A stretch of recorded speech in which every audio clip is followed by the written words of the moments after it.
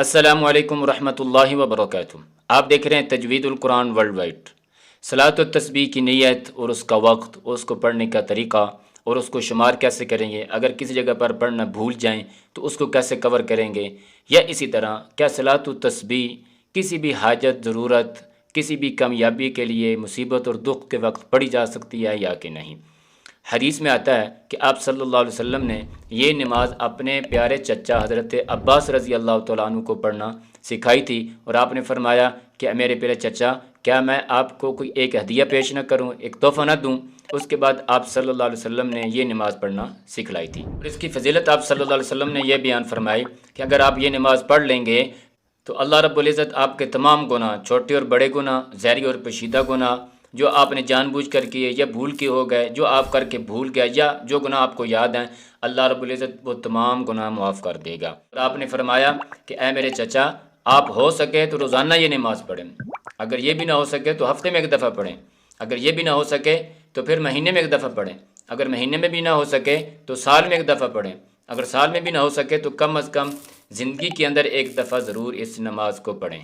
अब इसकी नीयत कैसे करेंगे? नीयत के बारे में हमने एक तफसीली वीडियो भी बनाई है, आप वो भी देख सकते हैं। तो जब भी हम सलात व तस्बीह पढ़ने के लिए खड़े होंगे, जब भी हम इरादा करके वुज़ू करके तैयारी करके एहतमाम के साथ खड़े हो जाएंगे, तो ये जो हमारा खड़ा होना यही नीयत है और यही ज़रूरी होती है। बाकी वो अल्फाज जो हम ज़ुबान से कहते हैं, वो अब हर ज़ुबान के अंदर तो मुख्तलिफ़ अल्फाज दोहराए जाते हैं, और यहाँ पर मैं आपको आसान से अल्फाज बता देता हूँ। मैं नीयत करता हूँ या करती हूँ 4 रकत नमाज नफल सलात व तस्बीह के, मुँह तरफ खाना काबा शरीफ, अल्लाहु अकबर। अब इसका वक्त कौन सा है? जिस तरह बाकी नफल नमाज किसी टाइम भी हम पढ़ सकते हैं, इसी तरह ये भी पढ़ी जा सकती है, बशर्ते कि कोई मकरूह टाइम ना हो जिसके अंदर नफल नमाज पढ़ना ठीक ना हो। जैसे सुबह फजर की नमाज के बाद का टाइम, असर की नमाज के बाद का टाइम, जब सूरज तुलू हो रहा हो उस वक्त, या एन जब सूरज गुरूब हो रहा हो, या बिल्कुल जब सूरज दरमियान में हो। तो इनके अलावा किसी टाइम भी सलात व तस्बीह की नमाज पढ़ी जा सकती है। अब इसका तरीका कार क्या होगा? इसका तरीका आसान ये है और ज़्यादा मशहूर भी यही है कि जब हम अल्लाहु अकबर कह के हाथ बांध लेंगे, उसके बाद हम सुब्हानकल्लाहुम्मा व बिहम्दिका व तबारक अस्मुका व तआला जद्दुका व ला इलाहा गैरुक, ये पढ़ के उसके बाद हम 15 दफ़ा वो तस्बीह पढ़ेंगे, और वो तस्बीह है सुब्हानल्लाहि वल्हम्दुलिल्लाहि व ला इलाहा इल्लल्लाहु वल्लाहु अकबर, यानी ये तीसरे कलमे का जो पहला जुज़ है तस्बीह वाला, ये हम पढ़ेंगे। और ये 15 दफ़ा यहाँ पर पढ़ के उसके बाद हम औज़ बिल्लाह बिस्मिल्लाह, फिर सूरतुल फातिहा, उसके बाद जो भी सूरत हम पढ़ना चाहते हैं वो पढ़ के फिर उसके बाद 10 दफ़ा फिर इस तस्बीह को पढ़ेंगे, और रुकू में जाने से पहले 10 दफ़ा पढ़ के फिर हम अल्लाहु अकबर कह के रुकू में चले जाएंगे। फिर रुकू में जाके रुकू की तस्बीह पढ़ने के बाद 10 दफ़ा ये तस्बीह फिर पढ़ेंगे। फिर जब हम रुकू से उठेंगे, समी अल्लाहु लिमन हमीदा रब्बना लकल हम्द, इसके बाद फिर 10 दफ़ा हम पढ़ेंगे। फिर हम जब सजदे में जाएंगे, सजदे में सजदे की तस्बीह पढ़ के फिर 10 दफ़ा ये पढ़ेंगे। जब हम सजदे से उठ के बैठ जाएंगे, यानी दोनों सजदे के दरमियान जो हम बैठते हैं, फिर वहाँ बैठ के हम 10 दफ़ा पढ़ेंगे।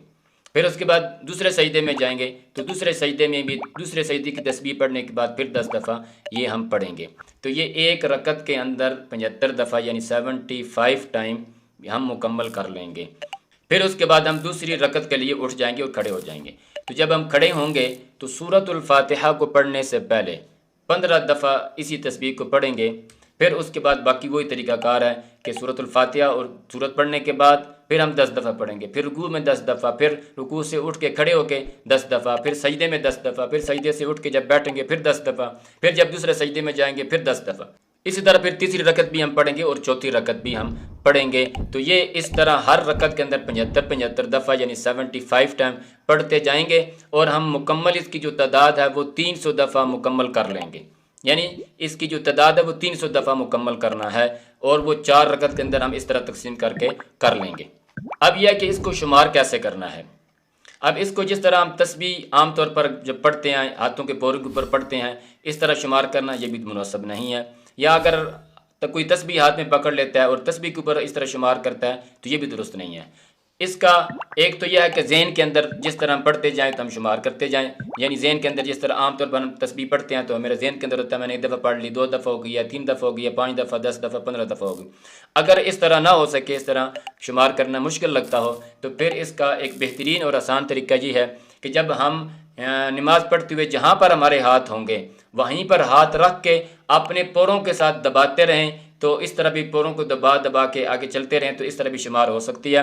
بالفرض جب ہم ادھر ہاتھ باندھتے ہیں تو اس طرح جب ہاتھ اور ہماری انگلیاں ہم نے رکھی ہوں گی تو ہم شمار کر سکتے ہیں کہ میں نے جب پہلی دفعہ پڑھی تو ایک دفعہ ہو جائے گی، پھر دوسری دفعہ پڑھی تو پھر دوسرا پورا دبائیں، پھر اس طرح، یعنی اس طرح کر کے اس طرح کرتے جائیں تو اس طرح بھی ہم شمار کر سکتے ہیں۔ یہ ایک آسان طریقہ۔ اس طرح جب رکوع میں جائیں تو جب گھٹنوں کے اوپر ہاتھ رکھے ہوں تو وہاں پر بھی ہم اس طرح پوروں کے ساتھ دباتے رہیں۔ جب سجدے میں جائیں جب ہاتھ نیچے رکھے ہوں گے زمین کے اوپر تو اس طرح وہاں پر پوروں کو دباتے رہیں اور شمار کرتے رہیں۔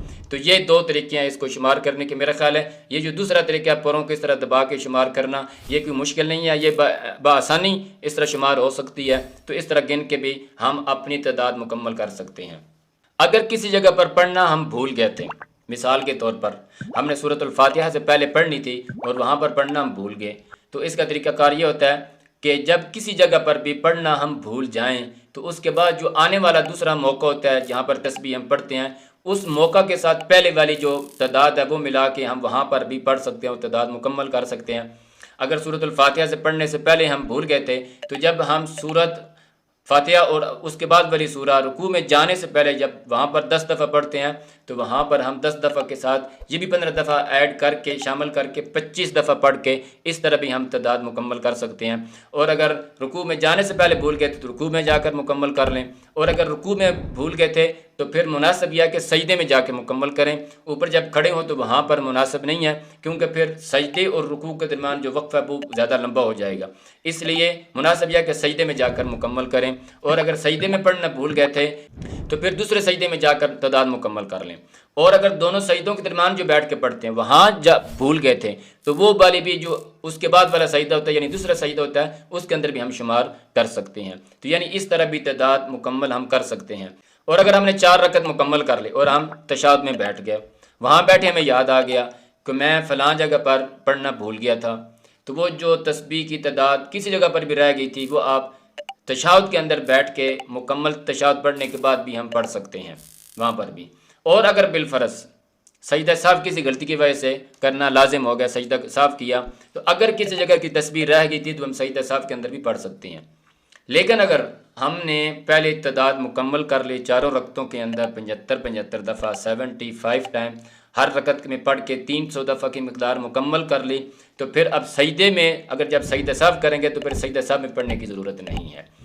تو اس طرح سجدہ صاحب جس طرح ہم روٹین سے کرتے ہیں ہم کر کے اس کے بعد ہم تشہد پڑھ کے سلام پھیر کے، تو یہ اس طرح 4 رکعت نماز نفل صلاۃ التسبیح ہم مکمل کر لیں گے۔ اب آخر میں کیا کسی غم مصیبت کے لیے یا کاروبار میں کامیابی کے لیے، کسی بھی پریشانی کو دور کرنے کے لیے یا کسی بھی حاجت کے لیے پڑھی جا سکتی ہے یا کہ نہیں؟ تو بالکل اس میں کوئی دوسری رائے نہیں ہے، پڑھی جا سکتی ہے۔ بلکہ ایک بزرگ گزرے ہیں وہ فرماتے ہیں کہ جن کا نام ہے حضرت ابو عثمان زاہد رحمہ اللہ تعالیٰ، کہ میں نے رفع حاجت کے لیے، ضرورت کو پورا کرنے کے لیے صلاۃ التسبیح سے بڑھ کے کسی چیز کو نہیں پایا، یعنی ان کا اپنا ایک ذاتی تجربہ ہے۔